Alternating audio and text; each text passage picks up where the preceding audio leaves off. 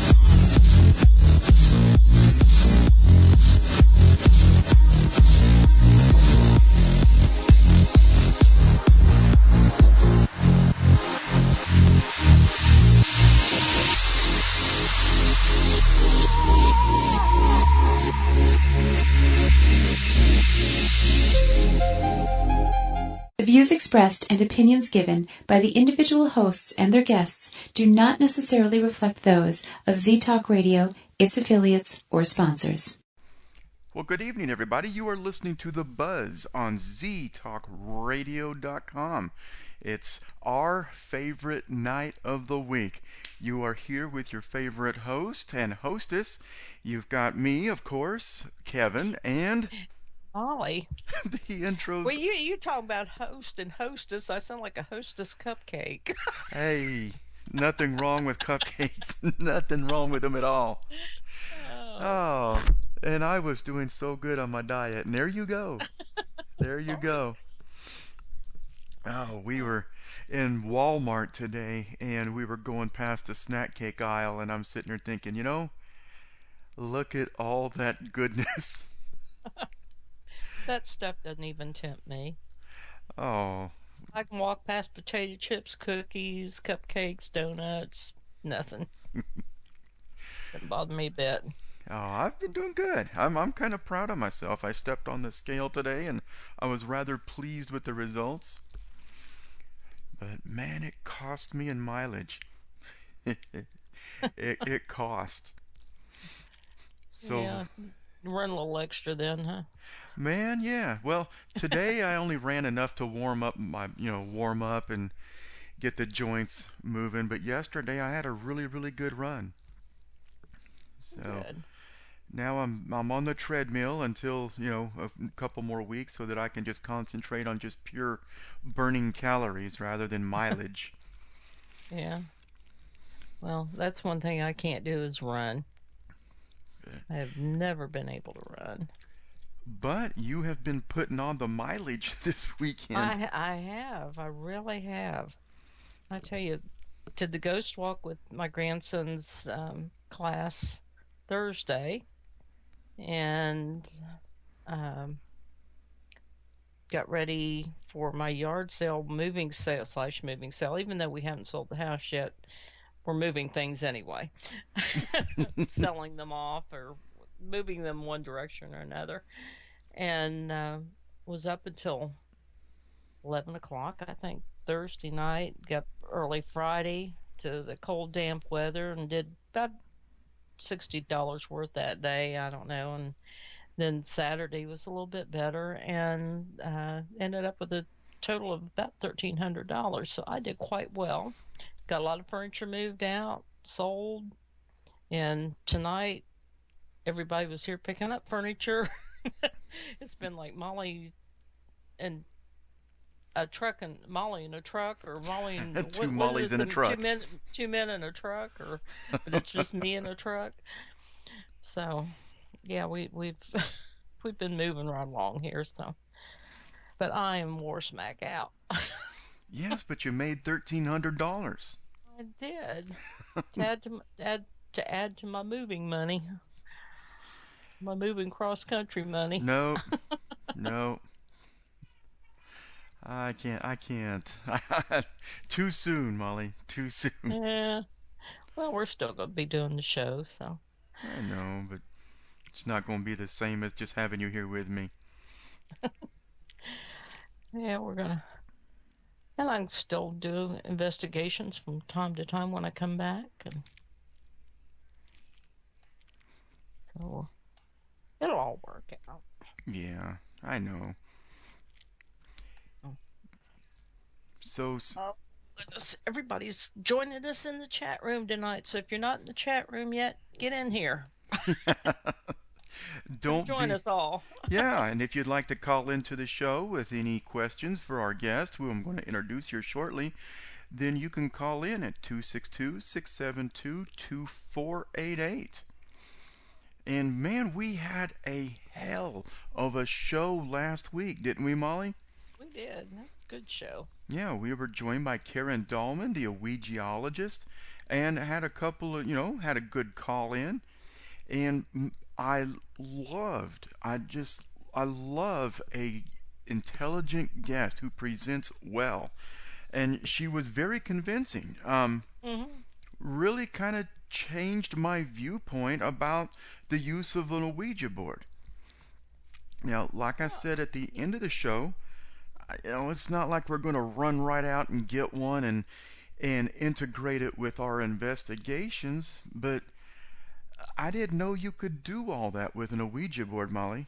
well, I knew you could do a lot with them, but not all that she had talked about, and that was very interesting to me. I thought, well, that's kind of neat. And again, it's a tool, but I've always been a little leery of them, and I think most people are, and you know, but the more I got to thinking about it, it's like people use pendulums and do table tipping all the time, and it's really the same thing. It's just another way of doing it. It's all still calling in the same thing. So, But you could even use an Ouija board to get in touch with your higher self. yes. And, I was not aware of that. Hmm. Or maybe it's just something that I've never really thought about. Well, I had neither. I had neither. So But kind speak, of different. And then it was funny about her talking to her cats or something through the Ouija board. yes, her cat's speaking to her, and the cat's wishing to write a book. You know, I'd hate to see what kind of book my cat would write. Something along the lines of 50 Shades of Grey or something. That's all we need. Probably. I'm not sure. I don't. It'd be titled "The Cat's Meow." I'm sure. I don't know. Oh my goodness. Well, tonight we have Jeffery Rich. We It's do. yeah, speaking and getting in touch with your higher self or in touch with spirit or even animals. Jeffery Rich is a 21st century shamanic practitioner and instructor. And he's a local guy, Molly, right here in Yep, he is Huntsville. from Huntsville. I've taken several of his classes, Well, and he's great. yeah, well, yes, he is. One of the great things about him is he loves giving people the tools to live their best life they can and to find their own light or getting in touch with themselves or their higher selves. He brings the amazing love and light of the Andean cosmology, and this is one of his joys in life. Now, since the 90s, he's made his living as a private practitioner and educator in the healing arts. He's consulted worldwide as a massage therapist, a licensed massage therapy instructor. Boy, we need to get in touch with him. Boy, I could use a good massage right now. And more recently, as a shamanic spiritual healing practitioner. Yes, you could use him right now. So he is 'Cause going to be with us here on the show. yeah, he's gonna call in while we're on news break, probably around 8:20, and then we'll have him on just right after our news break. Yes, we will. And, well, we have a cat in the chat room that does Reiki. Yep, that would be Merlin. Merlin. Yeah, Bob's So, cat's name's Merlin. and then And somebody else is saying, "Well, hello, Cupcake." yeah, well, that's Bob too. So, Oh, the hostess cupcake. That I will be known by from now on, probably. okay. What's going on, Cupcake? Sound like an old 20s movie, doesn't it? Like, good golly. My brain just went, um, shoot. Who's the guy in Casablanca? Oh my goodness! If you hadn't have asked me, I could have told you. Oh, Humphrey Bogart. yes, thank you. I'm just brain dead. Yes. Of of all the donut shops in the world, she had to walk into mine. Yeah. Oh man, this show is going fast. We're terrible. we're, we better hurry it up and get the guest on so they don't suffer anymore. Oh, me. But Well, I literally had just walked in the house just before we came on air. We had people picking up furniture from the yard sale the other day, so tonight was loading night and getting rid of everything, and literally just walked in. So I'm still rattled from that. That's why I couldn't come up with the Humphrey Bogart. well, Because usually I'm pretty good at old movies and actors and that kind of thing. yeah. Tomorrow night's trivia night at the Mexican restaurant too, and I got to tell you, last week there's five of us that play every week, and we always win something. It can be anywhere from the $25 big certificate for food or whatever, all the way down to a cheese dip. Well, several weeks we get cheese dips. With the last question, you have to bid 20 point. You can bid up to 20 points or nothing at all, depending on how you feel about your answer. Well, last week we were we were low in our score all through the whole game, and the last question, uh, it was it was one that I was sure of anyway. I was 100% sure of. So I said, "Oh, let's bid 20 points." Everybody's going, "Are you sure? Should do that much?" I said, "Well, we could either win it or we can win a cheese dip." I said, "Which do you want?" I said, "Go big or go home." So I said, "Let's Tell go, them, go Molly. do the whole 20 points." And we won the $25 gift certificate. Go big or go home. I was, Yes, Molly. it's like, are we really going to worry about a cheese dip? I can buy Because a cheese dip. we would have went home with the cheese dip otherwise, if we'd been wrong. And I thought, well, shoot, let's go for it. Say, I'm sick of cheese dip. We're going for I am. broke. For 3 weeks, we've been eating cheese dip, and I'm starting to gain a little bit. I don't need a cheese dip, and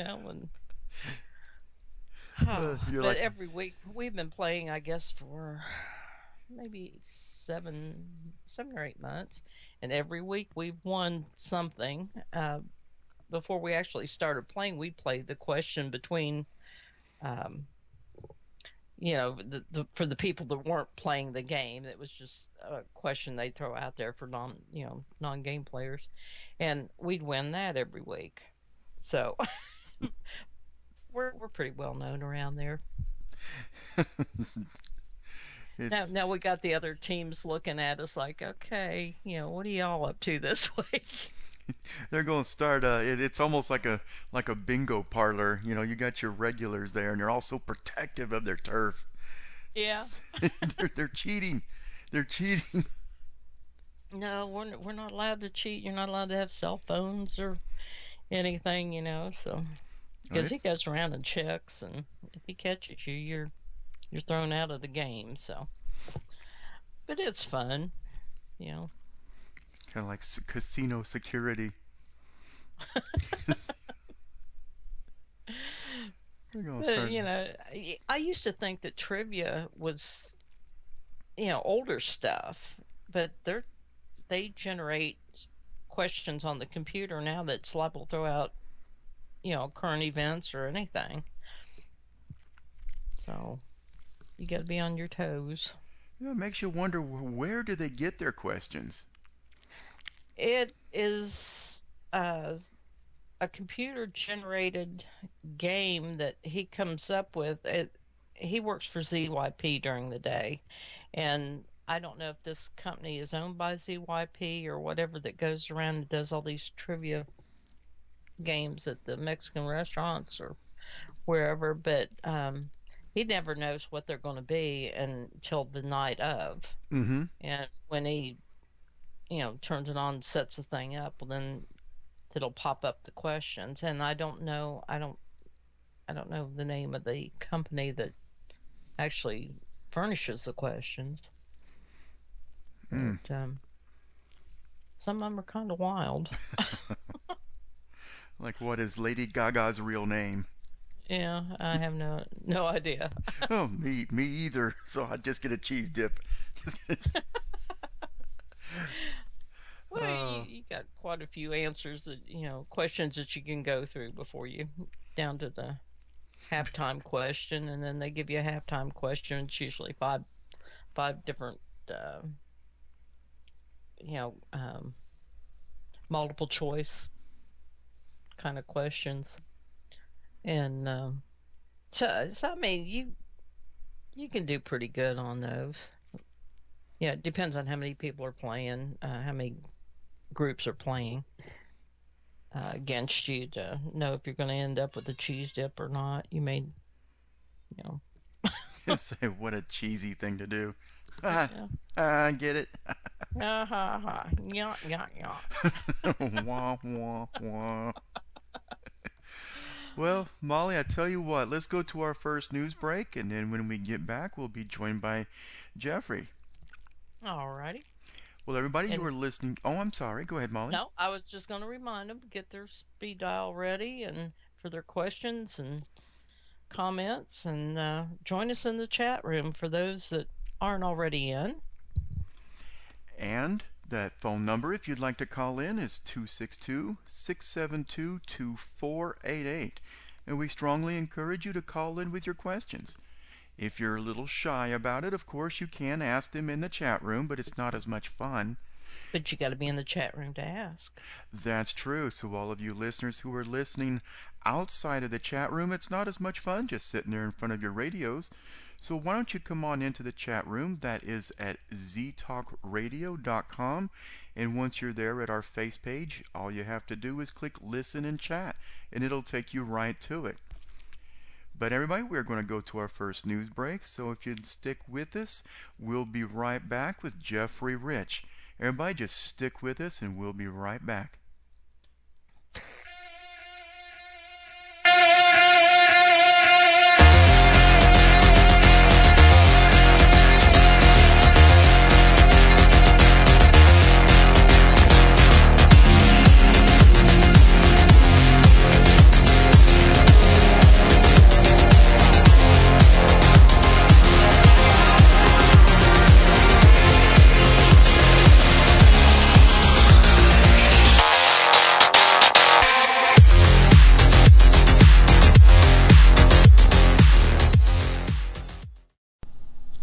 From NPR News in Washington, I'm Corva Coleman. An agreement in principle has been reached on the broad international trade agreement known as the Trans-Pacific Partnership. It involves 12 nations, including the U.S. The Trans-Pacific Partnership, or TPP, would lower tariffs and set some common trade standards. It has been opposed by some lawmakers who fear it will mean the loss of U.S. jobs. President Obama released a statement this morning saying the pact will let American businesses compete fairly around the world.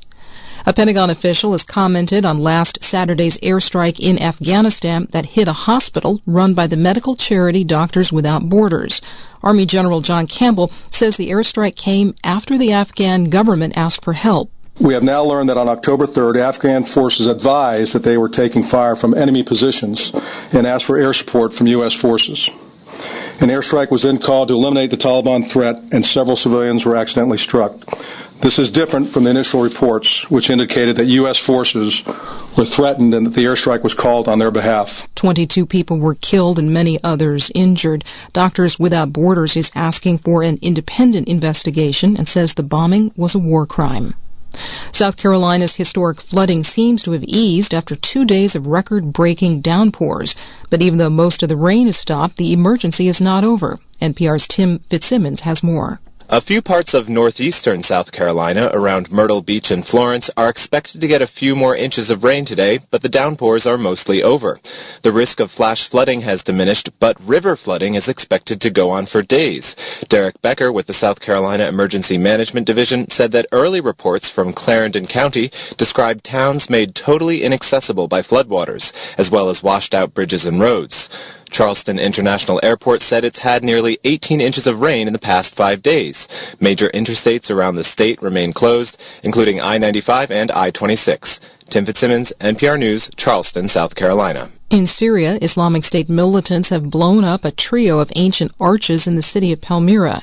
NPR's Allison Muse has more. The towering arches, Palmyra's Arc de Triomphe, were a hallmark of the 2,000-year-old city.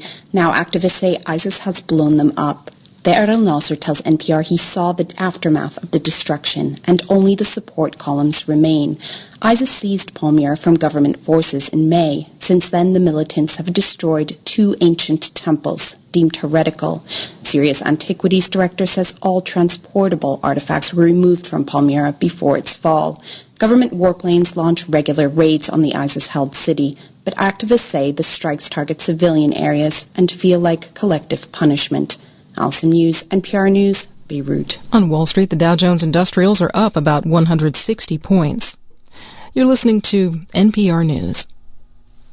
The Nobel Prize in Physiology or Medicine has been awarded to 3 scientists. William Campbell, Satoshi Omura, and Yu Tu are being honored for developing therapies to treat diseases caused by parasites. William Campbell and Satoshi Omura found a new drug that helped treat river blindness. Yu Tu discovered a drug in her work to help treat malaria. Some 300 Catholic bishops and delegates from all over the world are meeting in Rome. They'll focus on challenges to the family. NPR's Sylvia Poggioli reports the meeting, known as a synod, was preceded by a dispute over homosexuality. This synod is part 2 of a process Pope Francis initiated 2 years ago with questionnaires sent to local churches on key challenges to the modern family. In his homily Sunday, Francis said the church must be a bridge and not close its doors to those who suffer. The first synod was marked by clashes between reform-minded and conservative bishops on how to deal with divorced and civilly remarried Catholics and gays who want to be part of the church. This synod is likely to be as divisive given many cultural differences between Western and Third World bishops. On the eve of the synod, the Vatican fired a theologian who revealed he's a gay priest, saying the very public coming out was aimed at subjecting the synod to undue media pressure on gay issues. Sylvia Poggioli, NPR News, Rome. The Coast Guard says that a U.S.-based ship that went missing near the Bahamas in a hurricane has sunk. The El Faro went down in the middle of Hurricane Joaquin, which at one point had winds of 130 miles per hour. 33 people were aboard the ship. I'm Corva Coleman, NPR News. From the latest newscasts to the newest podcasts, NPR One handpicks local, national, and international stories based on what you like. Download the NPR One app, a new way to experience public radio.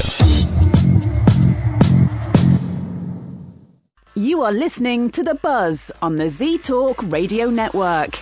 Imagine the possibilities. Now back to the show with Kevin Thompson and Molly Spence. The best in alternative talk radio.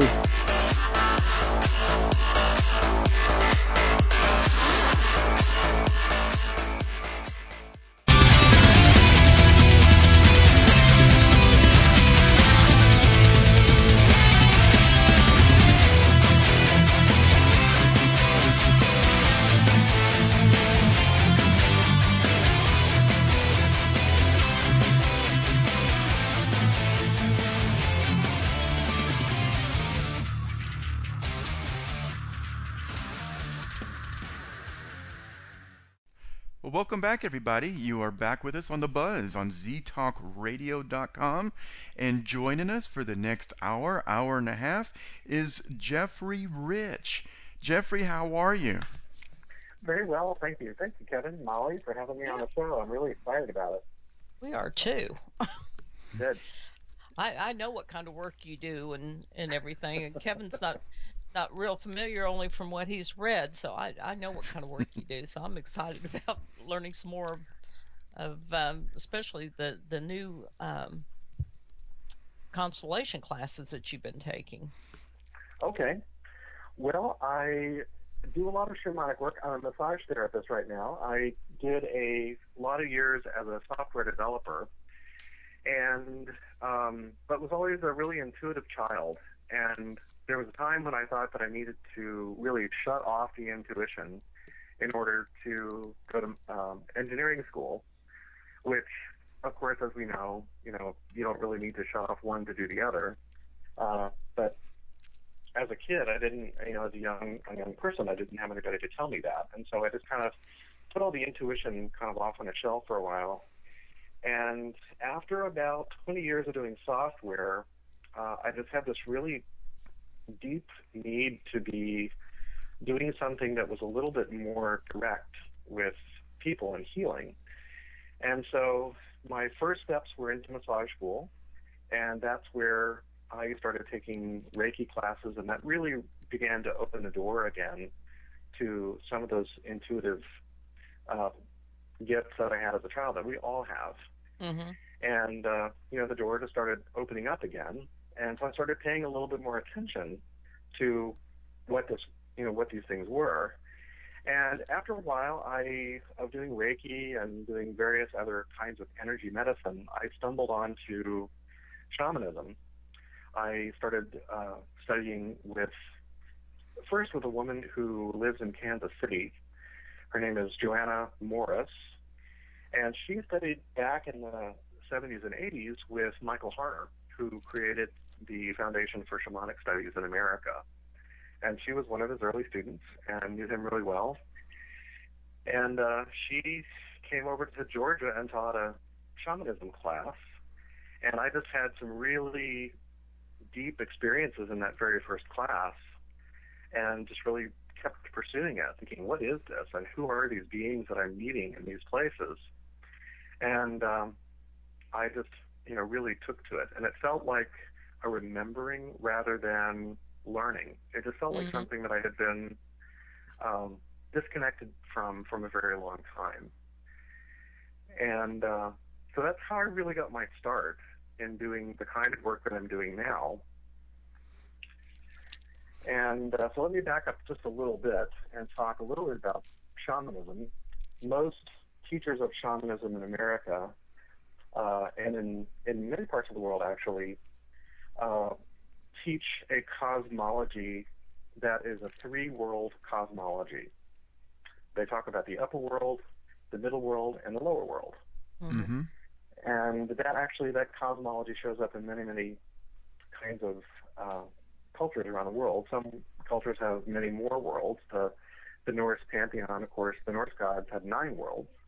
And you recall from the Tolkien books where he talked about Middle Earth. Yes, that's what I was thinking. Middle Earth is actually what we call the middle world, and it's the same place.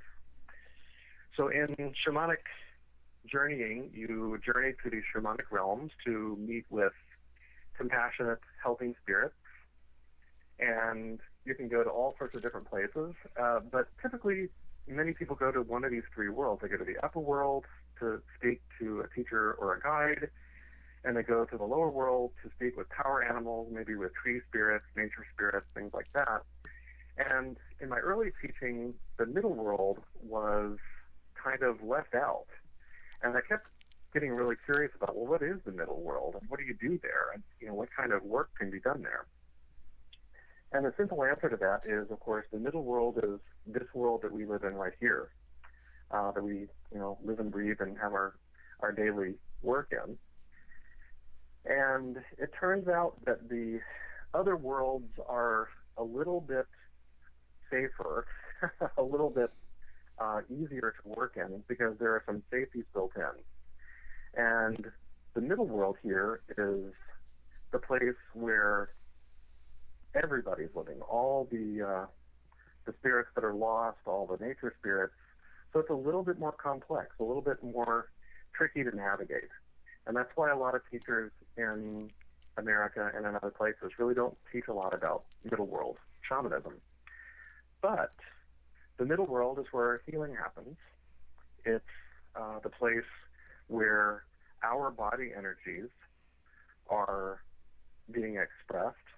And honestly, if you're working in the middle world, in a place where we are living and using any kind of a middle world technique or a healing, then it's going to involve your body, which is a little bit different than journeying to the upper world or the lower world, where generally just your spirit goes there. So middle world is a little bit more interesting and complex. And so I want to launch a little bit into some examples of what can you do in the middle world and what do you find in the middle world. Mm-hmm. One of the lineages of shamanism that I study is I work with a teacher from Peru in the Andes, in the mountains. And in Peru, there are several different lineages of what we would call shamanic traditions. There's a lineage of plant spirit healers in the jungle. There's a lineage of shamans who work on the coastal areas of Peru. And there's a lineage up in the Andes. And the teachers who are in the Andes really are masters of energies in the middle world. They deal with these very fine perceptions of energies, and they have reams of words that describe these phenomena. There's a book, and I can't remember the author, but the title of the book is called Masters of the Living Energy. That's about the Pacos from the Andes and the kinds of things that they do, the kinds of ways that they are interacting with energies in the middle world. And to give you an example of this, in Quechua, the native language of the people there in the Andes, when they meet someone, they have this concept of a 3-level meeting. And the first one, the word for that is Tinkui, Tinkui. And what it means is, for instance, if I were to meet you, Molly, for the very first time, Mm-hmm. At the moment when our energy bodies touch, that is Tinkui. So they're talking about, what do you perceive when the energies of our energy bodies begin to overlap? And then there's the next level of meeting is called Tubai, and that's when you're sort of sizing each other up and, looking each other in the eye and saying, well, what's this person all about, and what are their energies all about, and what am I experiencing through my body? Basically, how am I reading the other person? Mm-hmm. And then the third level of this meeting is called Take, T-A-Q-E. And what they say about that is when you really, really know someone and you've gotten to know them very, very well and you've created a lot of connection with this person and built a lot of trust, then your energies can join and they can create a state of being that's greater than the sum of these two parts. So it's like a it's marriage. union on a really, like a, pardon? Like kind of like a marriage, a spiritual marriage. Mm-hmm. Absolutely, yes. Right. And so this blending of these energies is quite profound and quite beautiful. The shamans there, the Pacos in the Andes, have all these classification systems for the quality of the energy of a place. And many of the exercises and the techniques that they have us do, and they continually have us do, are all about finding places of silence and really finding that still place within yourself. And then noticing, first you have to sort of learn, well, what is my energy body? What does it feel like? And then you repeatedly do these exercises to begin to catalog how does your energy body begin to take in the energies of the place where you are? Or how does it take in the energy of the sunrise? What happens when that changes, when the sun comes up over the horizon? How does your energy body catalog the meeting of another person? Or, what happens when you're in ceremony? And they are very particular about the energies that and the places, the qualities of the places that they will choose to do their ceremonies. And they have these sort of 3 or 4 different words for categorizing the level of the energy of a particular place. And there's a word that means that the energy is kind of rotten. It sort of smells bad. Mm-hmm.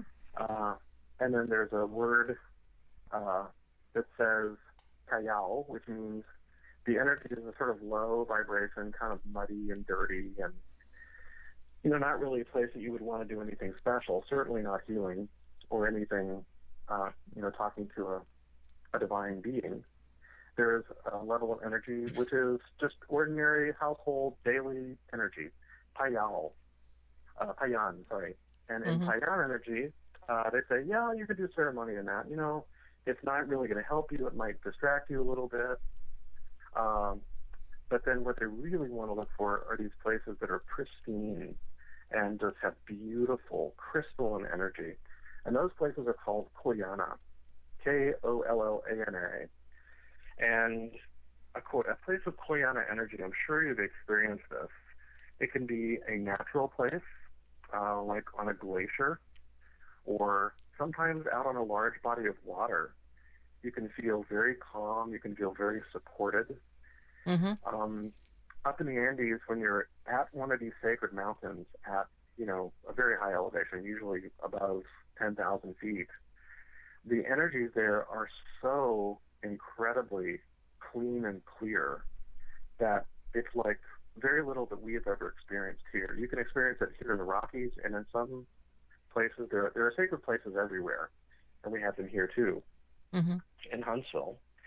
But we've really experienced this just absolutely crystal clear energy that supports you for being calm and collected and really focused in ceremony.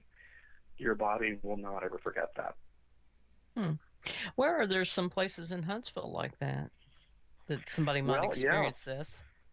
Absolutely. On the mountain on Monte Sano. On Monte Sano? Monte Sano is our local apu.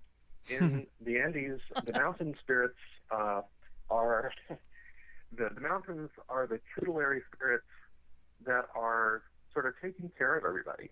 And Monte Sano is our local apu. It's our Yakta apu. And it's the tutelary spirit that's sort of watching over us, that's taking care of the weather. It's it's a sacred place. When I first moved here, and before I had started doing any shamanic work, I remember driving up on top of the mountain, and there was a point about halfway up Bankhead Parkway when I thought, something just changed. I mean, I felt in my body something lift, and it felt sort of suddenly my head was clearer, and I thought, isn't that interesting? And I talked to a lot of people here who live here, and they all have experienced that same thing. Some people call it the snow line. It's about where the lookout is. Oh, yeah. There's definitely a place where you just feel lighter, and you feel like a little clearer, a little calmer. And that is your body in the middle world adjusting to the shift in energies, the frequencies, vibrations, whatever you want to call it, in those energies. And in the middle world, it's our body that is really transducing those energies. It's the way that we catalog those things. All of that input is coming through our sensory system in some way. And I found in a lot of my studies that there are some commonalities in how that works for people, but for the most part, everybody's body, everybody's sensory system in the middle world is unique. And so it may feel to me like a tingling or a coolness, and to the next person it might kind of feel like a buzzing, or there may be sound or sight when things happen. The energy. Yes. Mm-hmm. Do you ever experience like a flash of light, just a a subtle flash of light when that happens? I have actually experienced flashes. It's like, what it looks like to me is the power has gone off for just a microsecond. Just a bleep. Yeah, just a bleep. Yes. Mm-hmm. Or I'll see something out of the corner of my eye, and that's one of the visual stimuli that I get for energies and for beings or for whoever might be around in the middle world.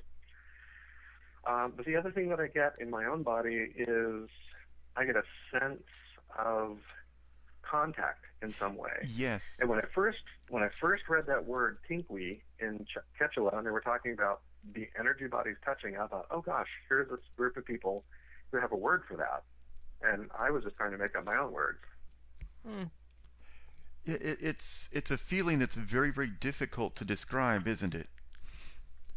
Yes, it's a feeling of presence, but not physical. No, it's almost that feeling of being stared at from behind. That is exactly how I describe it. Like you're in Walmart standing in line and you feel that creepy guy staring at you and you turn around and there he is. Yes, exactly. And what the shamans in Peru and the Papacos in the Andes would say is that is your energy body registering that someone is making a connection with you. We send out these little threads of connection, and that's how we build relationship. We're literally building these links of light between us, these energetic links, and that touch of a new thread can be like that sensation of being stared at, and our bodies register that. I don't remember who the tribe is. I found this on the web and I've lost it again, so I'll have to go back and look. But there's a group of people somewhere in the world who are supposedly magnificent trackers. And the way that they track their animals is through these threads of connection. They can actually see them. They can see these silvery lines. And what they say is, I may go out in the woods, and the first time I see a new bird, there's a tiny little hairline filament of energy that gets connected between us. And the more that I observe this bird, the thicker and thicker this filament may begin to be. And the more that the bird knows me, and the more that I know the bird, and when the bird's going to be there, and when they're nesting, and when they're feeding, and when they're sharpening their beak, and all of that, as I see them do these things, these filaments get thicker and thicker and thicker. And finally, over time, when we know each other so well that we really know what the other is going to do, we can almost feel it in our body. They say that these filaments of connection have built up so strongly that they're almost like thick ropes. And so we literally have these two-way communication pathways built of energy between us. And that's one of the things that definitely happens here in the middle world.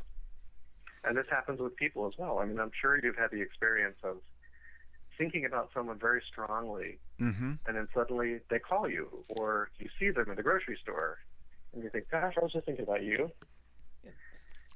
And that's it's just not synchronicity either. It just no, happens.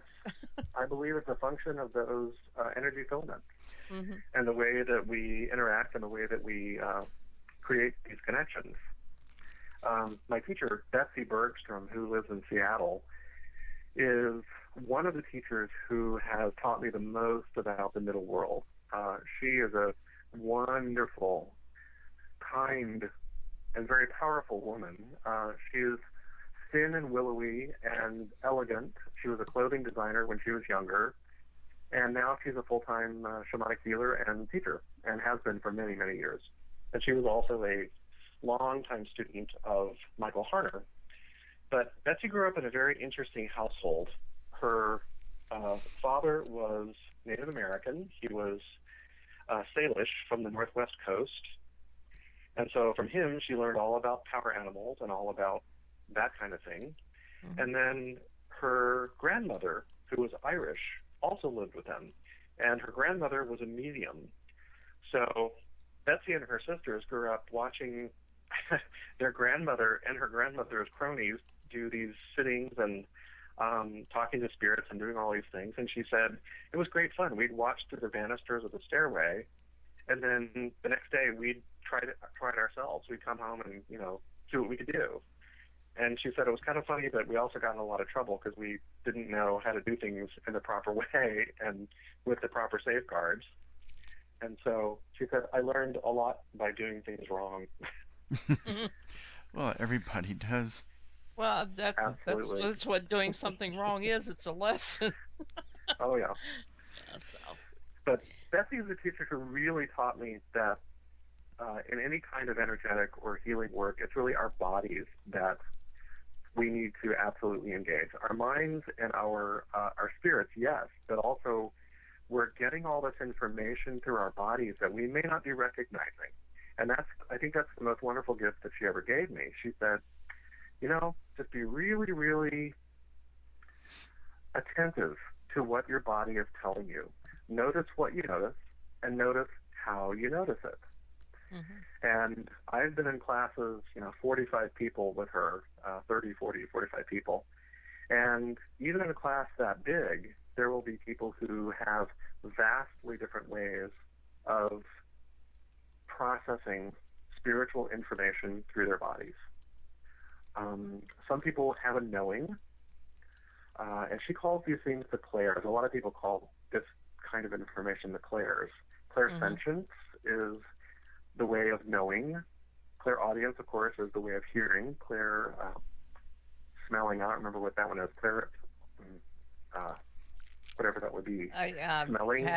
I had it there too, but clairolfactory, is that it? Yeah, it could something be similar to that.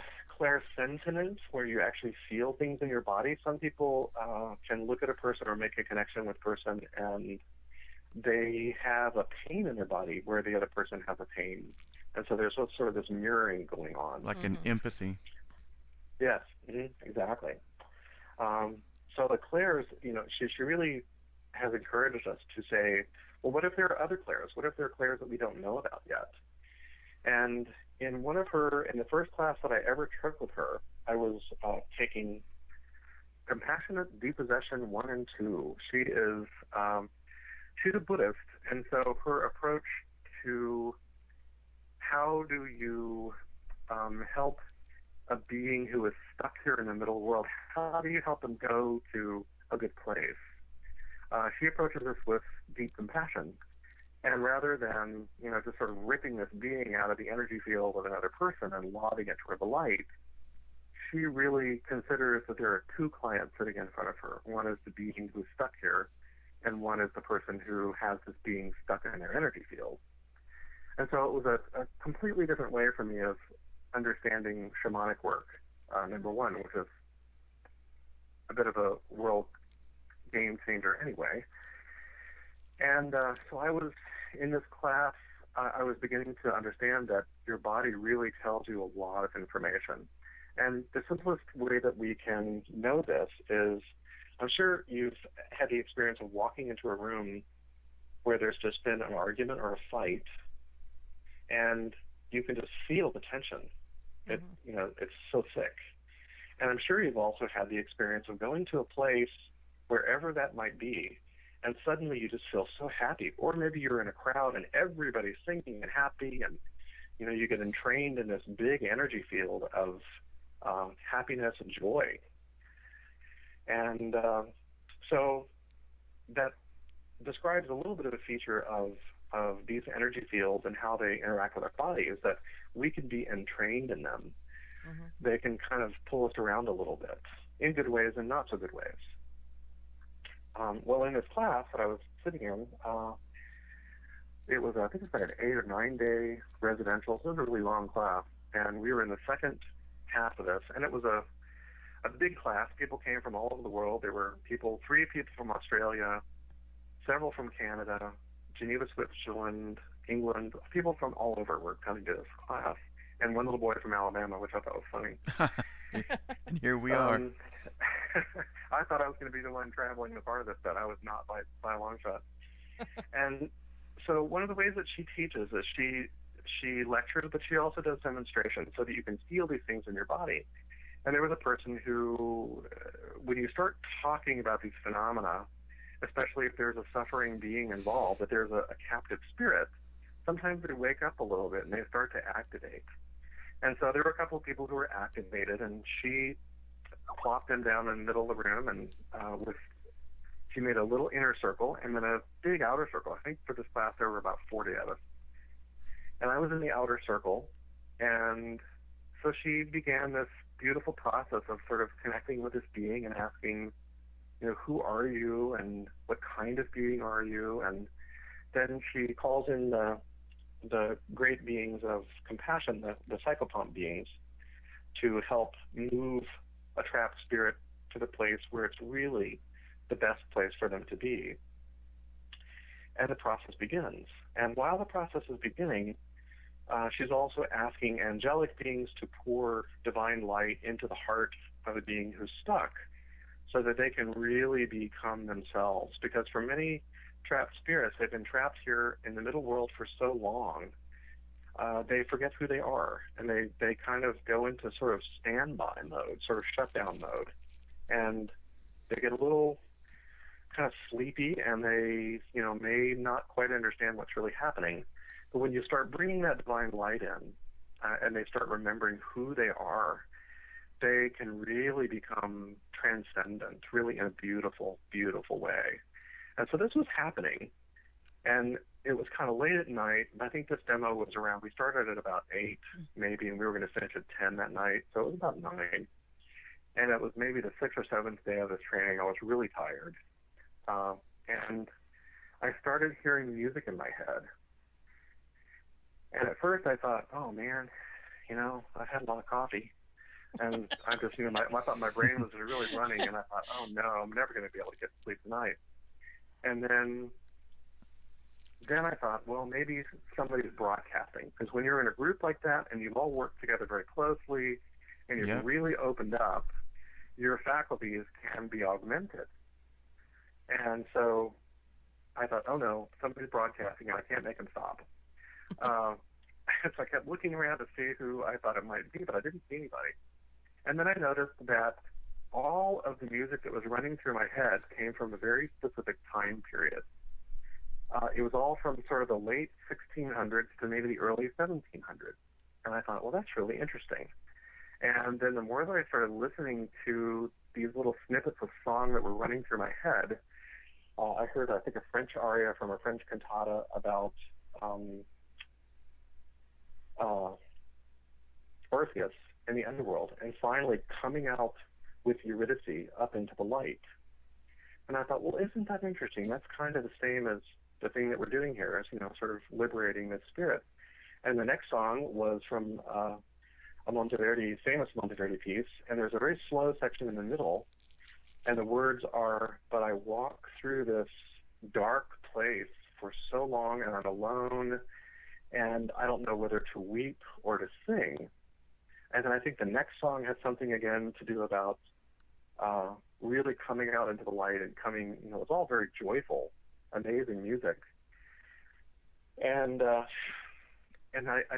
kept thinking, gosh, this is all from about the same time period, and it's all the same kind of idea. Maybe it's just my mind focusing on this depossession process and thinking about it in that way. I thought, how weird is that? And when the process was all done, we have a little bit of a confab, and she said, so, did anybody notice anything? And I kept my hand down because I thought, she'll think I'm crazy if I say that. But then several people said a few things, and finally she said, well, it appears that this spirit was bound into this family line about 400 years ago, and it was bound with music as part of the curse that was cast to bind the spirit into the family line. And so I immediately lifted my hand up and said, let me tell you what I heard. And so I just said, this was running through my head the whole time that this was happening. So from that, I began to understand that musical references are one way that I can get information about a situation. And that was I've never heard of that from other people. I have now, but at the time I had not. And so I thought, isn't that interesting? So that's a middle world faculty that I did not even know I had, that just sort of burst, almost fully formed on me one day. And if I hadn't really been paying attention, I would have ignored that kind of information as being irrelevant when it was very, very relevant. Well, I think something like that probably could help us in investigations, I would think. Yeah. Yep. Absolutely. I had a funny thing happen. I was teaching a beginning shamanic course a couple of years ago, and one of the students was having a lot of trouble connecting with the helping spirits. She would try to go to the lower world and not see anybody or not see anything. And I kept asking her, so is anything else happening? Is there any other thing that you're noticing? Because what I find is that oftentimes we are discounting this information that's coming in. And she said, well, I keep hearing this song. And I said, well, what's the song? And she said, she kind of rolled her eyes and she said, it's the girl from Ipanema. Girl from where? And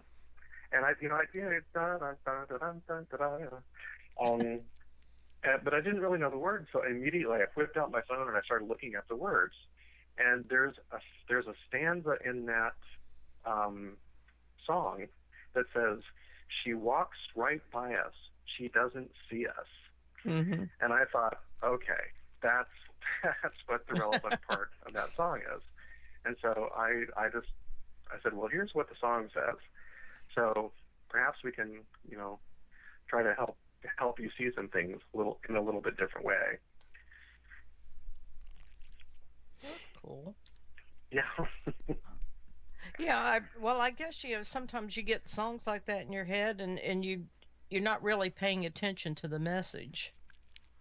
Right. It can be so subtle. Yeah. Very, very subtle.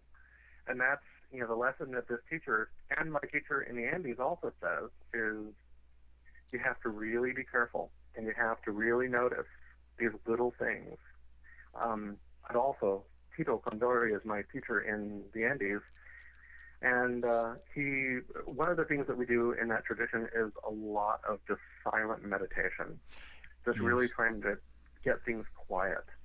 And he and many, many other teachers in almost every tradition will say, the spirits can only reach you when you're really, really quiet. And I find that some of my most powerful healing journeys have been of that kind, when there's something just really small that I almost overlook. And it's actually the seed of the entire healing process. And if I had been less quiet or less studious, then I really would have tripped over it and just missed it. And I'm sure that's happened a lot to me. Mm-hmm. How does someone? I know I meditate whenever I can, and I know so many of my friends do. But how does someone quiet their monkey mind? Well, that's a good question. For those that have problems with meditation, because I know so many people say, I just can't get it just keeps running. I can't get quiet. Or else they go the opposite way and they fall asleep. Mm-hmm. Yeah. Well, the thing that I've learned from my teacher from Peru is that nature energies can really help with that. In Quechua and in that system, there is a word called hucha, that describes a quality of energy that humans create. And the closest that I can come to match what that might be in other traditions is stagnant qi, like in a traditional Chinese medicine system, where you have qi that's all blocked up, or it's qi that has these external influences kind of in it. And what they say about hucha is a dense energy that our bodies cannot handle or process. And they also say that hucha is the beginning of all disease. And that sounds a lot like stagnant or qi that's just not flowing right, not turning into the right kind of chi. And there's also another kind of energy called sami, and which is like vibrant golden chi that you get when you do qigong outside. And so what we do in that tradition is we go out onto the land, onto the earth, the ground, wherever you are, and you sweetly ask the Pachamama, which is the Earth Mother, to take the hucha from our body. And you can sit there for, some people will sit there for, 10, 15 minutes. Some people do it for longer. I was taught 45 minutes or so is a really good start. Yes. And what happens is when a hucha, you can also visualize it sort of going into the earth. And my teacher says, don't think about it like you're polluting the earth, because you're really not. This is an energy that the Pachamama can beautifully eat and metabolize. And it's like when we breathe out carbon dioxide, the trees can breathe that in, and the trees give us back oxygen. So it's that kind of exchange, it's that kind of relationship, spiritual exchange. Yes. So it's our job as humans to get rid of our hucha. And the hucha is the thing that keeps our monkey mind running. This is in the Quechua, the system that they talk about in the Andes.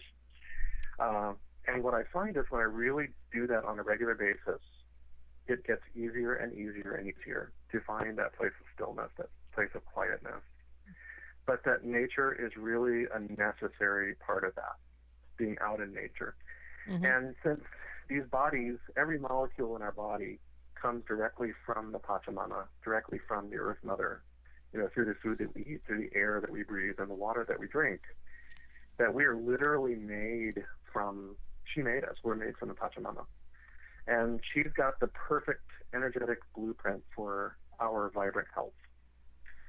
And so being out, for weeks at a time in Peru, sitting out every day in this beautiful, pristine energy will really clear the hucha light out. And even here, up on Montesano, I was going to say earlier, like the springs, Pagan Springs, and also Cold Spring is a beautiful place of absolutely beautiful energy coming right out of the earth. Takes a little bit of a walk to get there. Cold Spring is easier to get to. You can get to it from Bankhead Parkway. But Pagan Spring takes a little bit of tromping. But those places where this just beautiful energy is coming out of the earth, or up on the lookout is another great place where you're exposed to the sky and to the sun. Wonderful places with stone underneath you, just asking the Pachamama to take that hucha away. And one interesting thing that my teacher says about hucha is she says it's necessary to really do this, do a big hucha clearing ceremony about once every 10 days. And they looked at us and they said, but if you work with clients or if you work with technology, you need to do this much, much more often. Because he said these other energies are sort of jangling up your body energy. Okay. And it makes it easier for your body to begin storing hucha. So that's one answer, is really being physically in contact with the earth while you're meditating can make a huge difference, big difference. Well, Jeffrey, we have our first caller before we go to our first break. Do you have time for a caller? Sure, you bet. Well, hello, caller. You're on the buzz with Kevin, Molly, and Jeff. Hello, Kevin, Molly, and Jeff. This is Veronica. Oh, yeah. Hey, Veronique. Hey, Molly. I have a question for you, Jeff. Okay. I was wondering what is the difference, if there is a difference between the way you practice the shamanic traditions from evidently Peru, I think I understand, and the Native American. Oh, well, that's a great question.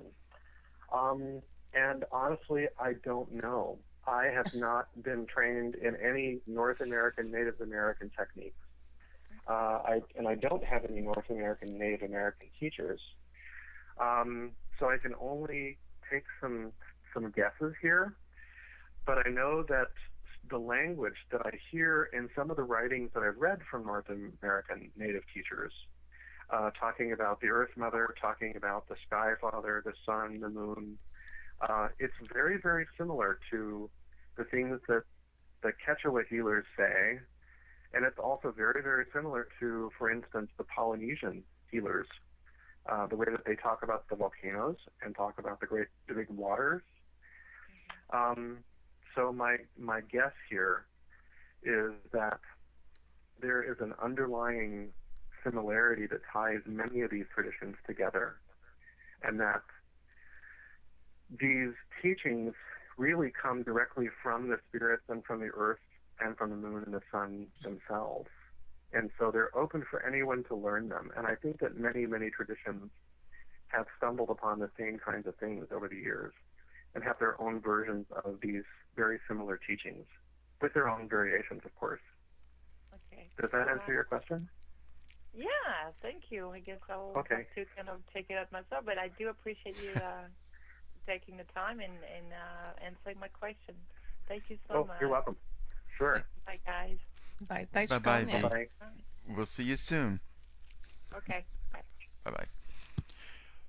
Well, how about this, guys? How about we take our first news break, and then when we come back, I have a couple questions I'd like to ask. Sure. Okay, you bet. Awesome. Well, everybody, just stick with us. We'll be right back after these messages. Okay, what are you wearing right now? Nothing. That's right. So Mommy's going to teach you how to dress yourself. Underwear always comes first, name tag at the back, then pants, then shirt. Get the first button in the right hole or you have to start all over. Socks going first, then shoes, right on right, left on left. With shoelaces, just take the ends, cross them over, switch the loops. The rabbit goes down the hole, pull tight, and you're left with bunny ears. Got it? Why are your pants on your head? Most parenting is hard to do in just 2 minutes. But 2 minutes twice a day making sure they brush their teeth is easier, and it could help save them from a lifetime of tooth pain. Visit 2min2x.org to find out more. A message from the Partnership for Healthy Mouths, Healthy Lives, and the Ad Council.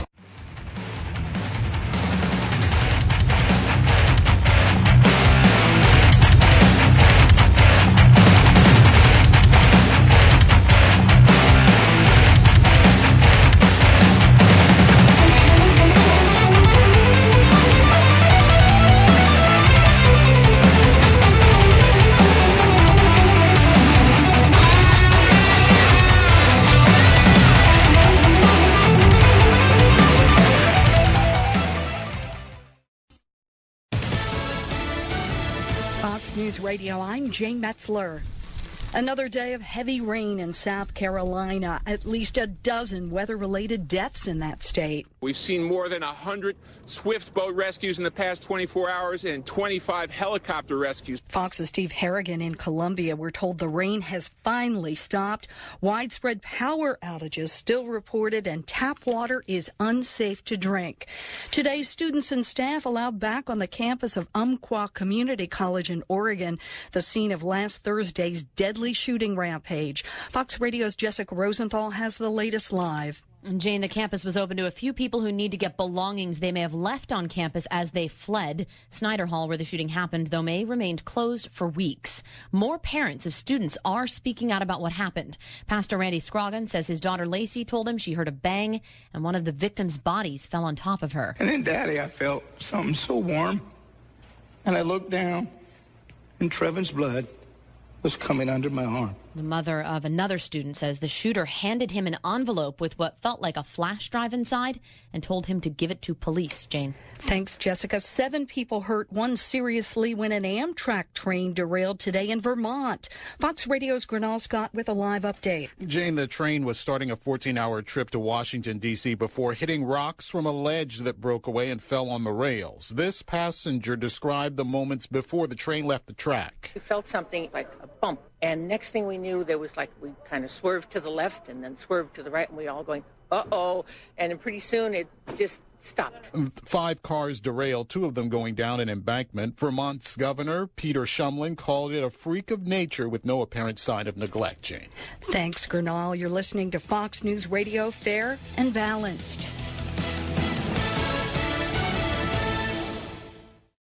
Real experience, real insight. We're following this explosive story. Nothing gets by Greta. then. This is all BS. What was that all about? There's no spin and no question. O'Reilly dominates. Plus, smart, sharp, and cutting edge. It's the news of the day, but with a little heat. Megan delivers. And Sean seals the deal with fearless talk. What part of that aren't you understanding? Most watched, most trusted, Fox News Channel. There's more to Fox News Radio than meets the ear. Go behind the headlines and join the conversation on the hottest stories of the day on the Fox News Radio Facebook page. Be a part of the Fox News Radio Facebook fan community. Post comments and tell us your opinions. See behind-the-scenes photos and videos and post your reactions to the stories that matter to you. Click the like button on Facebook and connect with breaking news and features like Fox in the Fast Lane, House Call for Help, and more. Go to Facebook.com/Fox News Radio. In-flight fatality. Medical emergency. Captain is incapacitated. Request handling for runway 10 landing. American 550, Syracuse approach, roger. The pilot of an American Airlines flight en route from Boston to Phoenix died during that flight. The co-pilot forced to land the plane in Syracuse, New York. 150 passengers on board the plane. We were all shocked and like, wow, didn't know him, but put our life in his hands, and now he's gone. They put tarps up so we couldn't see anything out the windows. The cops evacuated everybody away from the windows, and then when we got on our flight here, 4 hours later, they notified us that he passed away. No word on the official cause of death.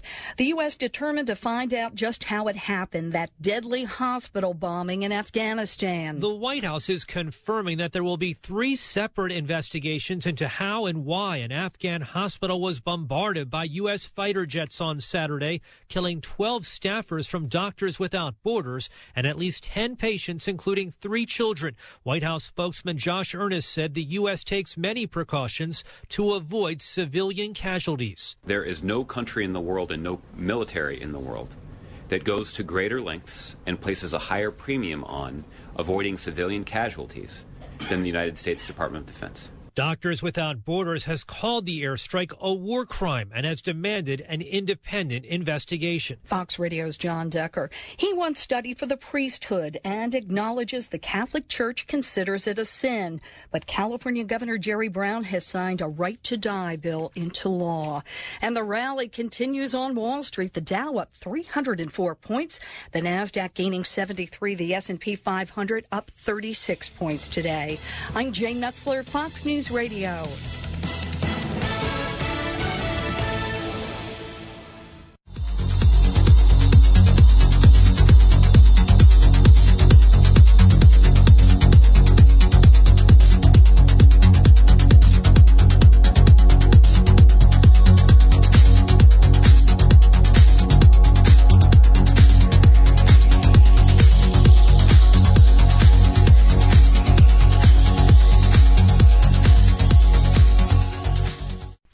Well, everybody, we are back. You are listening to The Buzz on ztalkradio.com. And if you're just now joining us, we are being joined by Jeffery Rich, a 21st century shamanic practitioner. And if I can kind of jump in here a little bit, we were talking off air about the spiritual beauty of mountain places. And, like Molly was talking about Arizona, I myself am from Arizona, and we really miss those mountains or the high places. And I'm using that term purposely. And you were talking about the Smokies. Yes.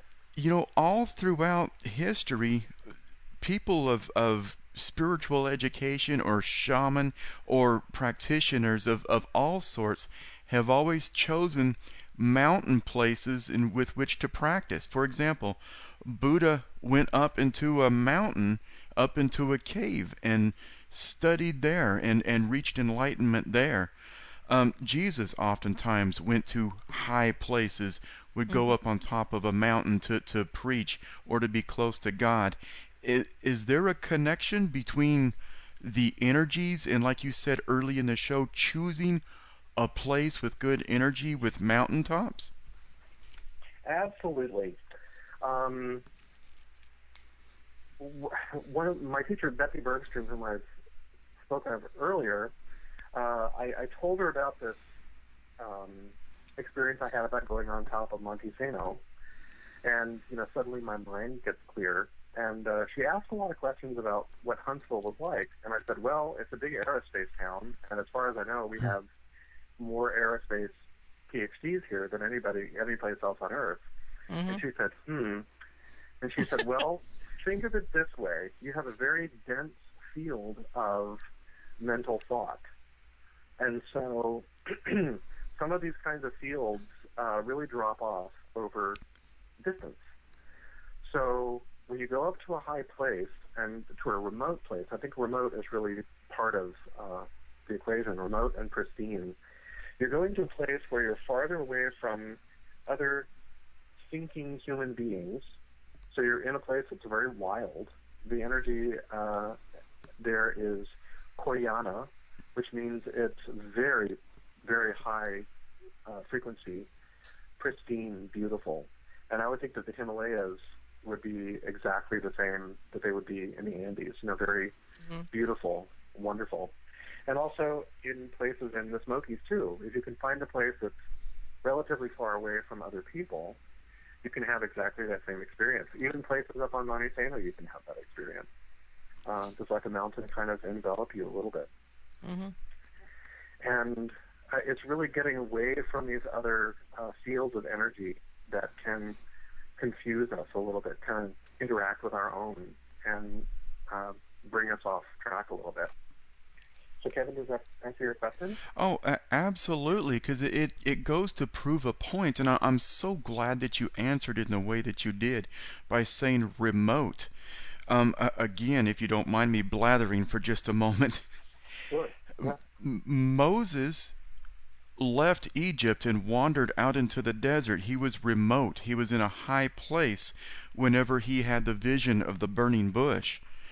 All the Old Testament prophets were always remote. They went away from the cities. So from what you just described, they were in a place to where they were not influenced with any other type of energy, so they would have a pure connection with God or higher consciousness, whatever term you want to make it. Am I making sense, or am I on the right track? Yes, absolutely. And the thing that I am finding as I go further in my own studies, when you do these practices that connect you with the earth and that start refining your own energies and your energy centers, then you become much more sensitive to the jangling energies of other people and groups of people.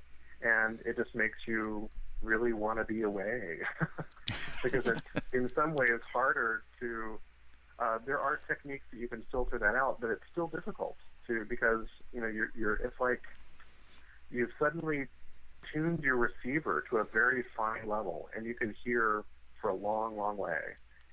And so it's just being in a place where there aren't any people makes it easier to find the quietness within yourself. Oh, yeah. Sometimes you just, that's why we say sometimes you just have to get away. Absolutely, yeah. I work in a jail. Oh, and no, okay. So you're well, you know exactly where I work, right downtown on Wheeler. I forget you're right here with us. Yeah. And, you're so surrounded by negative energy, or you're having problems with your coworkers. But yesterday, I just got away from it all. I was home by myself. I went to the gym by myself and had the most spectacular day. And I really felt centered. I really felt connected and enjoyed some time with God. And you're right. You just got to get away from those influences. Yeah. And they have bad influences. What's that? And I said, and he's around some bad influences. Oh, gosh. Well, I'm sorry to cut you off. There are a certain number of sort of middle world energetic clearing methods that you could use, but I don't know of anything that could, if you have a large group of people who have one way of thinking, I'm not sure that one person doing clearing would really be able to stem that tide. So yeah, it would be a difficult place to be. Yeah, that's why That's why I just come home and, whew, on the drive home, I'm just, it's me and my trance music or Glenn Beck, and I just let it all go, because if you bring it home, you're just going to spread it. Yeah. Up until last year, my massage practice and also the room where I was doing some of my shamanic healing was located inside the Clearview Cancer Institute. Oh, wow. Which is up on Russell Hill. And we were on the second floor, and so we had people all around us. And that's a very busy facility, a very wonderful facility, great people, beautiful staff. But there are also just a very large number of people who are really, really worried about their health, or they're really, really worried about their family. Of course, who wouldn't be? You know what I mean? Mm-hmm. So there was a lot of just the energy of worry and the energy of anxiety was very, very strong there. And I know some really good clearing techniques, but my techniques were not equal to the task of keeping my space perfectly clear. I had to work really hard at it. And there were days when it was just really, really tough, And, yeah, it's almost as if when you leave the building, you can feel the pressure. It's like you step into a lower pressure, almost. Have you moved your office now, or? I have. I'm in 5 Points now. I'm in a little building on Russell Street, and I love it. It's really great. I'm surrounded on 3 sides by air, which is nice, and I have a wonderful neighbor to the south in a suite whom I've known forever from days when I did software at Cersei years ago. Oh, cool. So yeah, it's great. I love it. Well, I was going to ask you, early on in the interview, you were talking about being intuitive and combining that with your education and your shamanic practices. When you are working on a person as a masseuse, are you combining your energy with theirs, and how do you protect yourself? Well, that is a great question. Let's see. First, I am working with the helping spirits whenever I do a massage as a massage therapist, and my office is, I regularly clear it. I'm regularly opening sacred space there and inviting in the angelic beings and other compassionate spirits. And I work with the Pachamama and I work with the Apus, and I ask them, I say, please just help me not take on the hucha of my client. And as a Reiki practitioner also, I know that I am I'm attuned to those energies of universal life force. So I'm really trying to keep my energies, my focus and my intention that I am operating at the universal energy level. And in that way, it's almost as if I just sort of step aside, and the energies of my clients don't always affect me. Sometimes they do. And that when they affect me is when I have a very strong affinity in my own body or in my own emotional system with something that the client's going through, and then I become resonant. And when I become resonant with my client, then there is a little bit more exchange of our personal energies, even when I don't want it to happen. And so really doing the work to learn what those affinities are and doing practices to help let go of them is what can help detach and really make yourself unavailable to those energies. It's not that you're blocking them. It's just that you're literally stepping away from that frequency completely. And so it's like you're tuned to a different channel, you can't hear it. And that's the easy version. It's a little bit harder in practice, but that's really what I try to do. Well, what all do you pick up from a client? Well, it's funny that you asked that. This work that I've just finished, this training I've just finished with the teacher from Washington when she was flying up to Baltimore, is all about family constellations. And constellation work is about reading the field, the information field, the knowing field is what a lot of people call it, about a family system. And what I was finding is that I had a client experience several years ago that was really shocking to me. And this was really before I was doing shamanic work. And he was a good client of a man who was working in the Army. And I knew that he was really higher up in the Army. And so I try not to bring the crystals and the feathers out for those kind of people. I try to be kind of low-key, you know. And I have an engineering background, so I can pretend to be one or the other. And, just play it cool.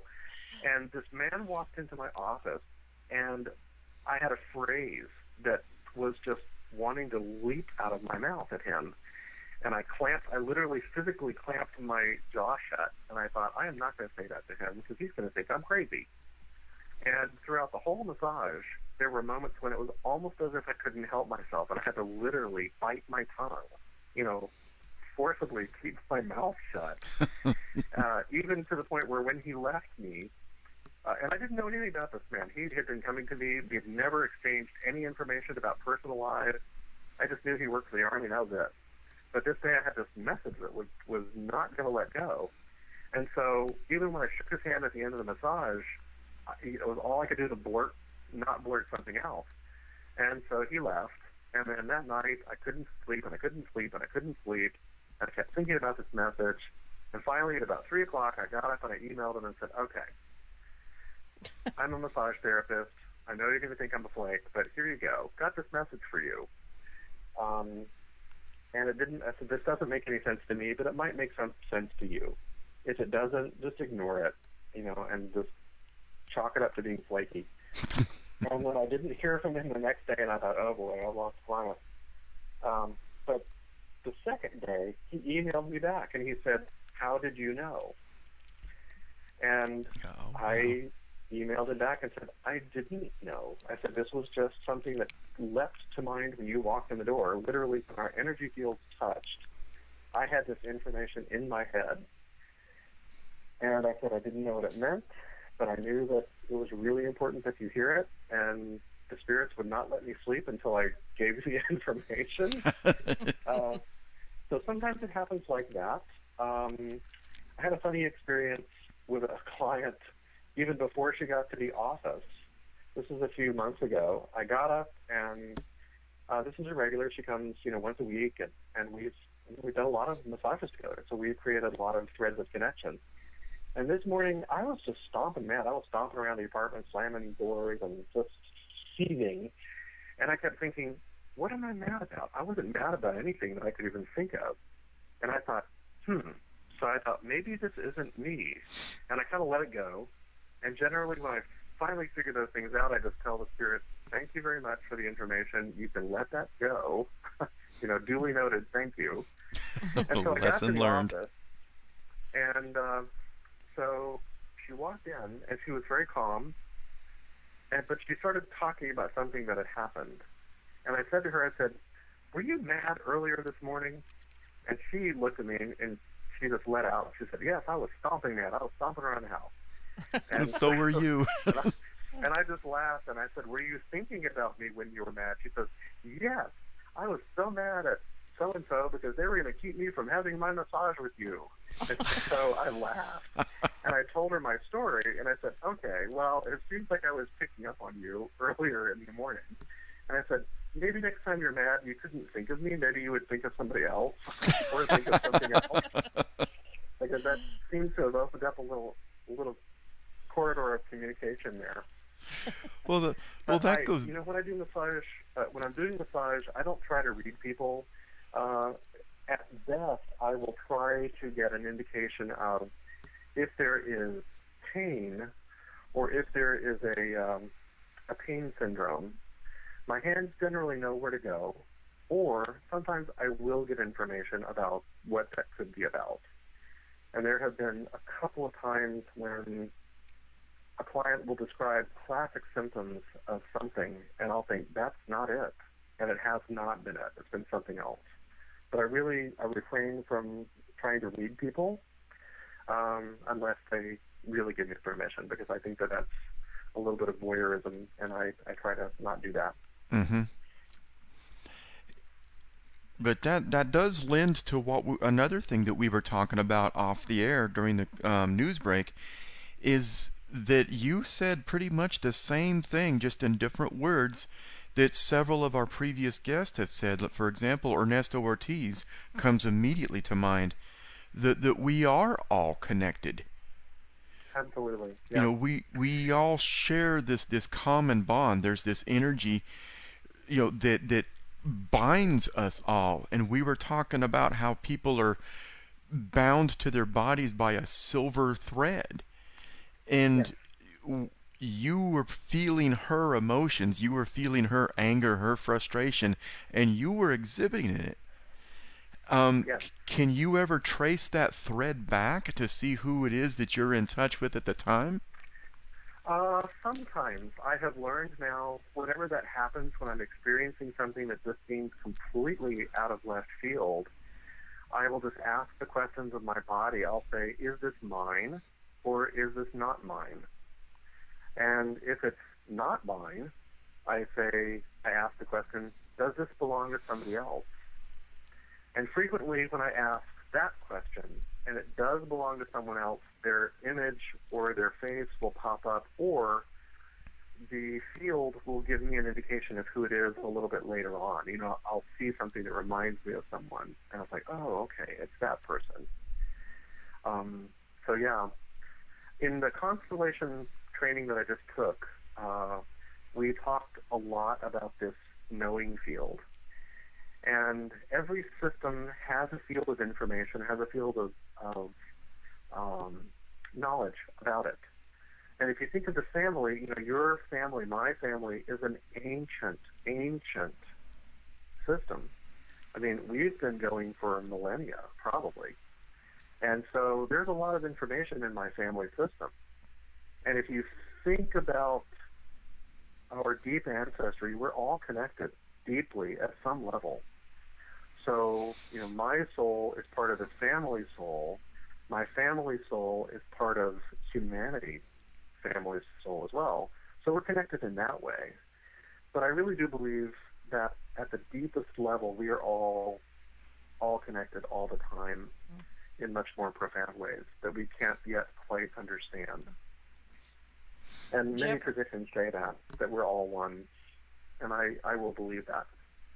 I loved when you spoke to the Paranormal Study Center, the exercise that you did where you had us all kind of go from feeling of our ancestors to we were in lines and we had to move into different spaces of where from our past to our present and the different feelings that we got. Yes. That is awesome. That's a classic. That's what I call a constructionist constellation. You can set up areas of the room that are, one generation back, 2 generations back, 3, 4, 5, 6, 7, however many, and then you can go stand in those fields, literally. Mm-hmm. What is it like to stand in the field of my great-grandparents? What is it like to stand in the field of my great-great-grandparents? And so on. And you can experience a little bit of in your body in a very mediumistic way of, what that's like and who they were and, what were the challenges. Was it a joyful time? Was it a difficult time? And, that's a very powerful constellation. Yeah, because, who would have thought that you could do that, that being in just a different space would make that much difference. Oh, yeah. That was wonderful. The constellation work is a totally middle world technique. So you're literally stepping into sometimes, or the facilitators oftentimes reading this field, looking at a constellation and seeing what's happened, and then sometimes getting information that there's something missing, or something needs to be introduced, or something needs to be said. Mm-hmm. And the field, the knowing field, will often talk to us in very specific ways. And that field is what many people are accessing when they will do a nature walk, when they're asking a question. And then, for instance, you can go up on Monte Sano, and if you have a conundrum, something you really can't work out, to say, show me something, give me an answer here. And you sort of turn that question over to either the knowing field or the nature spirits. And as you go on a walk in very slow meditation, you're connected with the field that's going to give you that answer. Your vision may be drawn to something very specific, like one specific acorn, or one of the times I did this, it was a tree with two branches, and I just couldn't tear my eyes away from these two branches. And they were very parallel. And so the answer eventually bubbled up into my brain later that, those could be parallel tracks of a career. Or I don't remember what my question was, but it was later when I finally figured out. I'm like, oh, that was really good.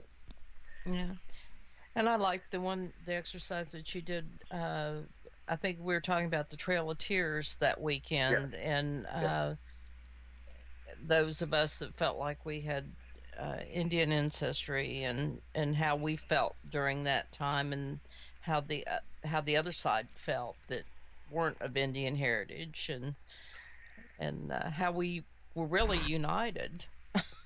Yes, and that's a constellation that is based on a constellation by a Dutch man named Dan van Kampenhout, and he does a lot of work with Holocaust survivors in Europe.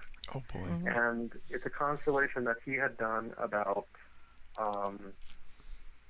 inclusion and exclusion in, modern society based on what had happened to your family.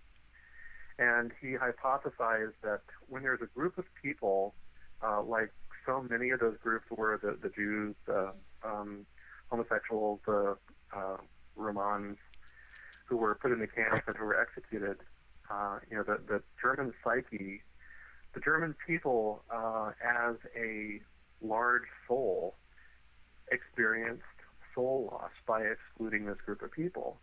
So the constellation was one way of sort of helping see that soul loss and helping actually experience it in the body in modern times. And when the two groups come together, there's actually a uniting again of these pieces of the soul, which it's not personal soul loss as much as the soul loss of an entire people.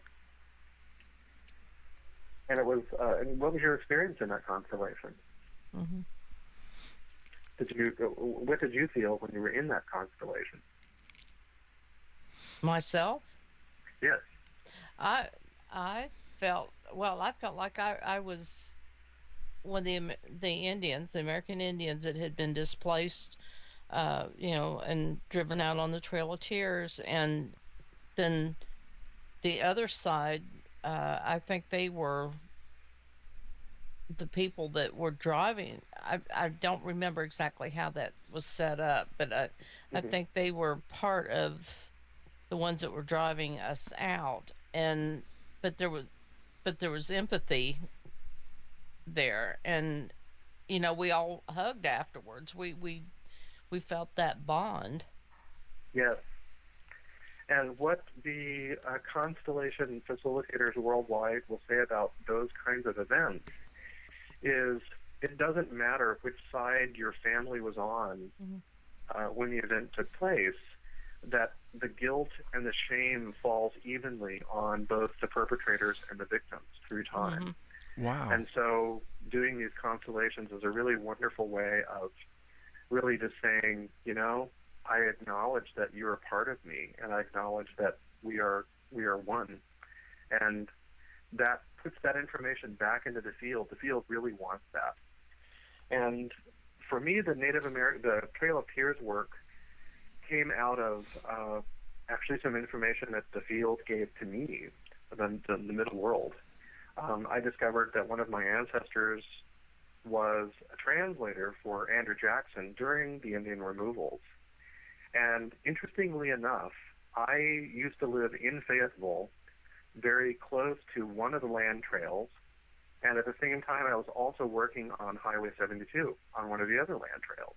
So I was living on one and working on the other, and I've been in this area for a very long time now. And I'm beginning to really feel the imprints that are still here from those events. And in America, we're so young that we really haven't begun to start to lift those imprints out of the land yet. You know, they're still pretty buried. We don't talk about it too much. It's kind of glossed over in history lessons, but it's still there. I mean, the effects of these things and the guilt and the shame that we all bear, no matter where we stood back in the 1830s and 1860s, it's hitting us today because it's part of our families, you know, and it's part of the land that we live on, and we feel those imprints. We can't help but be soaked in those imprints every day. Mm-hmm. So I think it's important, you know, part of my work is to help find ways to really lift those out. And if there are any suffering beings who are still stuck here, still experiencing those events, then to really help them cross in a good way, in whatever way that might be. So let's go back, because you said something that the guilt and the shame evenly is spread amongst the victims and the perpetrators over time. Is that simply some type of a, for lack, you know, pardon my ignorance, but cosmic balance? Because that's a pretty strong statement. You know, I really don't know. All I know about that is that when modern constellation practitioners are doing these big constellations like this, or when they bump up against these kinds of historic events, that's just merely what they're seeing in the constellations. And so a lot of times the fields and the things that we see in the family systems, they don't conform to what we might think would be the logical way that things would be handled energetically or spiritually. And this is one of those sort of illogical things. But what they are finding time and time and time again, especially with this work in Germany and in Holland and France and all over Europe, is that no matter, you know, if your family, like if your grandfather was in the Nazi Party, or if your grandfather was one of the Jewish people who was exterminated in the camps, that those feelings, it's like they're mirror feelings. You know, there's shame, there's guilt. It just shows up, and that's all I can say is it's something that has been observed, and they don't know what a causality is, and we're not sure if we ever could find a causality, but it's just something that's been observed. And since it is there and we see it over and over again, then we have to kind of pay attention to it. I can see that. It's you know, for some reason I don't know how to explain it, but I do understand it. Mm-hmm. Yeah. Well, it does make a sort of deep sense. You know, it makes a very deep truth, because, like you say, if we're all one, then we have both been the ones to shun, and we have both been the ones to be shunned at that sort of cosmic unity place. So yeah, it's one of those things that just doesn't make a lot of logical sense, but there it is. Yeah, if I can get Star Trekian for just a moment, the spear in your brother's heart is the spear in your own. Yes, exactly. Precisely. Yeah, one of our listeners says, you know, because of eons of incarnation, that we've all played those roles, so therefore we feel where that we've been part of it. Yes, the Buddhists say that everybody has been your mother, and you have been everyone's mother in some life. So yeah, we're just sort of repeating and repeating and repeating until we get it right. and I still have my mother's thighs. So good Lord. You'll have to excuse him, Jeffrey. Not right. Oh my goodness. Well, we got just a few minutes left, Jeff. How would somebody get in touch with you? I definitely plan on it. Okay, well, I am on the web at, if you Google the Shining Mountain Healing Center, the website is www.shining-mountain.com, And I tend to answer email before I answer the phone. I'm sort of phone phobic since I was a software developer and was at the end of the support line for years and years. But my email address is jeffrich@gmail.com. And I have another website, which was the first one that I started with, and it's still active. It's waterwillowmoon.com, and that has a lot more information about my shamanic work than the Shining Mountain does. But you can contact me either way from those. At the shiningmountain.com site, there's a menu of services with prices, and you can book online a session, or you can just contact me or read and, see what you think. Tell them about your drumming circles also that you have. Can you say that louder? Your drumming circles? I do. Do drumming? I run a drumming circle for people who have done shamanic work. It's not just an open drumming circle. Okay. But every now and then I'll open it up to do some constellations.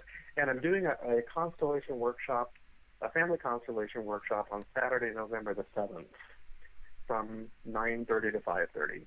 Sorry, 9 to 5. Okay. And that's open to everybody.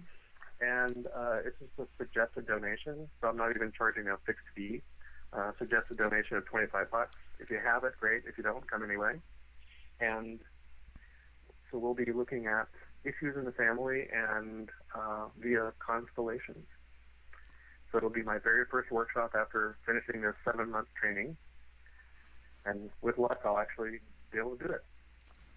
And is there a minimum number, a maximum number of people that you will Yes, space is limited. I think I can accommodate about 17 to 20 people. So it'll be medium, big, but cozy. Okay. And you don't have to bring your whole family. You can just show up. And the way that constellations work is that we all come together in service to our own families and also in service to everybody's family. And we do the constellations with whoever shows up. Okay. Yeah. And, whatever family issues you might have, it might just be something simple as I have insomnia. And we can figure out if there's a systemic component to that. Sometimes there's a family system pressure that comes from somewhere that can inform pain or things that happen to us over and over again or difficulty. And we can look at that in a constellation way. And sometimes you can find a lot of relief from that. Okay, well, it sounds great. I'm maybe getting me on your list there. Okay, cool. And one more time, Jeffrey, where are these circles at? My shop is, the official address is 900 Wellman Avenue, and the actual office opens onto Russell Street. There's a little building connected to that address that actually extends along Russell Street. So I'm at the end that's closest to Clinton. We're 1 block away from Thai Garden, 1 block from 1892 restaurant. There used to be a barber shop, Wes's Barber Shop. If you know where Ekang Car is in Huntsville, I'm in that exact same building, and I'm on the southernmost, is that right, South? Yes, southernmost end of the building. Okay. At 900 Wellman Avenue. It's the corner of Wellman and Russell. Okay. Yeah. See, and there's another coincidence that's not coincidence. You're a shamanic healer, and the name of your street is Wellman. Exactly. Isn't that funny? That's one of the reasons I rented it. Really? Yeah. And don't tell us your middle name's Russell. No. No. No. I was going to say that would just be too coincidental. No, actually, my middle name is Jeffrey. My first name is Robert, which is my great grandmother's family name. So. Oh, okay. Oh, yeah. For the past 2 hours, I've been calling you by the wrong name. How embarrassing. Oh, that's okay. I don't worry about it. Oh, goodness. Well, unfortunately, we have run out of time. Should I call you Robert now? No, call me Jeffrey. Okay. We all know him as Jeffrey. So. Yeah, Jeffrey's the name I go by. Yeah. But you. Well, I'm so glad you joined us Me tonight. too. I'm so looking forward to this show. Well, thank you. It's been wonderful to be able to blab for almost 2 hours about things that I really love. So thank you for just letting me talk. You're welcome. And I am honored. Now everybody knows what you do, and probably you'll get a big influx of new people. Well, shoot, I'm coming to see you. I am coming to see you. Oh, wonderful. Okay. I would love to meet you. We've never met in person. I've met Molly. Yeah. But yeah, I've never met you, Kevin. I'm always the guy in the back lurking in the shadows, you know. Okay. But no, I am so glad that I've little violin for him here. I'm just glad to have met you. You know, as I've plugged into your energy during the show, I mean, you've got an absolutely beautiful soul. Well, thank you very much. Thank you. I mean, I've worked hard on that in this lifetime. And it shows. But thank you so much for joining us tonight, Jeffrey. Thank you. It's really been my pleasure, and I'm honored to be asked. Thank you. And keep up your wonderful work. I will do. It's really dear to my soul, and I can't really think of doing anything else.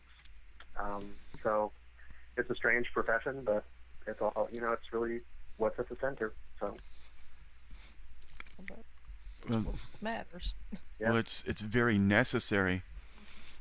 I mean, with the way that the world is going right now, God is placing people like you in our paths to kind of keep us straight, keep us sane. And like you said, there's an awakening that's occurring. The world is polarizing.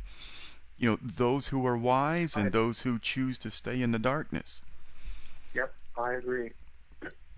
I can see it and feel it happening as well. So people are really looking for light, and they're looking for answers, and they're looking for love, and they're looking for truth. Yep, and God has given them their source through people like you, Jeff. Yes, thank you. Well, we will be talking to you soon. Would you mind coming on the show again at another future date? Oh, sure, I'd love that. Yeah. And nothing like getting a commitment on the air, right? Oh, sure. No, I can talk about shamanism all day long. So, yeah. See, we nail you while you're on the show, and that way we have witnesses. Okay. So, well, he said he'd be on again, so now you have to be. Yeah, now it's in the archives. It is. Sure, yeah. I'll be happy to. Well, good, Jeffrey. We will probably see you on this November 7th for sure. Oh, wonderful. Thank you, Molly. Oh, yeah. That's great. Okay. Well, thank you, Jeffrey. You're so welcome. Thanks for having me. You're welcome. And you have a good evening. Okay. All righty. You do the same. Okay. Good night. Good night. Bye-bye. Molly, that was great. I thought so. I just love him. I love all the classes that I've ever taken with him, which has only been like 2, but I'm saying all, but I mean, they have been all-day classes, but they go by so quickly because they're so chock full of information, and I just absolutely enjoy, being in his energy. I mean, I just enjoyed his energy through the show. Yeah, I mean, he's just so knowledgeable, and I just enjoy him. Well, speaking of good energy, directly after the buzz is the House of Mystery. Al Warren has got Aphrodite Jones from Investigation Discovery TV. I've heard the name before. Yeah. So Z Talk Radio is putting out quality. I mean, we've got We've got Jeffery Rich, we've got Aphrodite Jones. I mean, what more could you want in just one channel? I tell you, we just do it all, don't we? We do. We do. But, I never really thought about shamanism in the way he described it. When you think shaman, of course, you thinking always... the American Indian shaman thing? Yes. But they, we tend to think that this is a new concept, I guess, because we're so Eurocentric. That, the connectedness of all things, that we've discovered this in the 60s and 70s. Mm-hmm. You drop some acid and, wear fringes and you've got it all figured out. But this is ancient. This is ancient knowledge that is absolutely making its impact today. And I've heard so many people that's gone to Peru and taken these classes and everything. They come back really changed people and so enlightened and everything. I want to go. I just want to go. My grandson, who's 11, I guess is about 2 years ago, he said, "You know where we need to go?" And I said, "Where?" And he said, "Machu Picchu." I mean, this is coming from a 9-year-old. And I'm thinking, what do you know about Machu Picchu? And he said, well, we really need to go. But, I mean, he is an old soul. And it makes sense. Like like Jeffrey just said, we've lived this life over just through different eyes. So you're absolutely right. Why wouldn't he want to go back? Yeah, exactly. Kind of like you're feeling drawn back to Arizona, back to Tombstone, and just between you, me, and the listener, so am I. Yeah. But why? Because we've been there before. We've lived this life in just different ways. In a roundabout way, he was kind of describing reincarnation. Exactly. But like we were talking off air, I don't know what my draw is to go back there. Why? I know I've had a past life there. I've had probably several past lives there. But I don't know what this one is leading me back there to. And I won't know until I get there. Well, after tonight, maybe you're going back to your sacred space. I think so. Well, it's very much the Catalina Mountains that are calling me. And, like I said, I don't want just the view of them from a distance. They're gorgeous, but I have to be there in their energy. I have to be up in the canyon and be there. Well, if that makes any sense. It does. It's like I have to be in the energy itself. I understand. So I'm just, I can hardly wait to get there. Well, Molly. Well, Kevin. It's that time. There he is again. That little booger, he just comes in every week and ruins it all, doesn't he? He does. Damn him. Take a wet rag and wipe the bar off somewhere else. Quit flashing those lights. Well, everybody, you've been listening to The Buzz on ztalkradio.com. You've been here with Molly and Kevin, and we will be back with you next week, next Monday night at 8 p.m. Central, with another exciting show, although I'm not quite sure how we're going to top tonight, but we will. We shall endeavor to do so. Yeah. So we're going to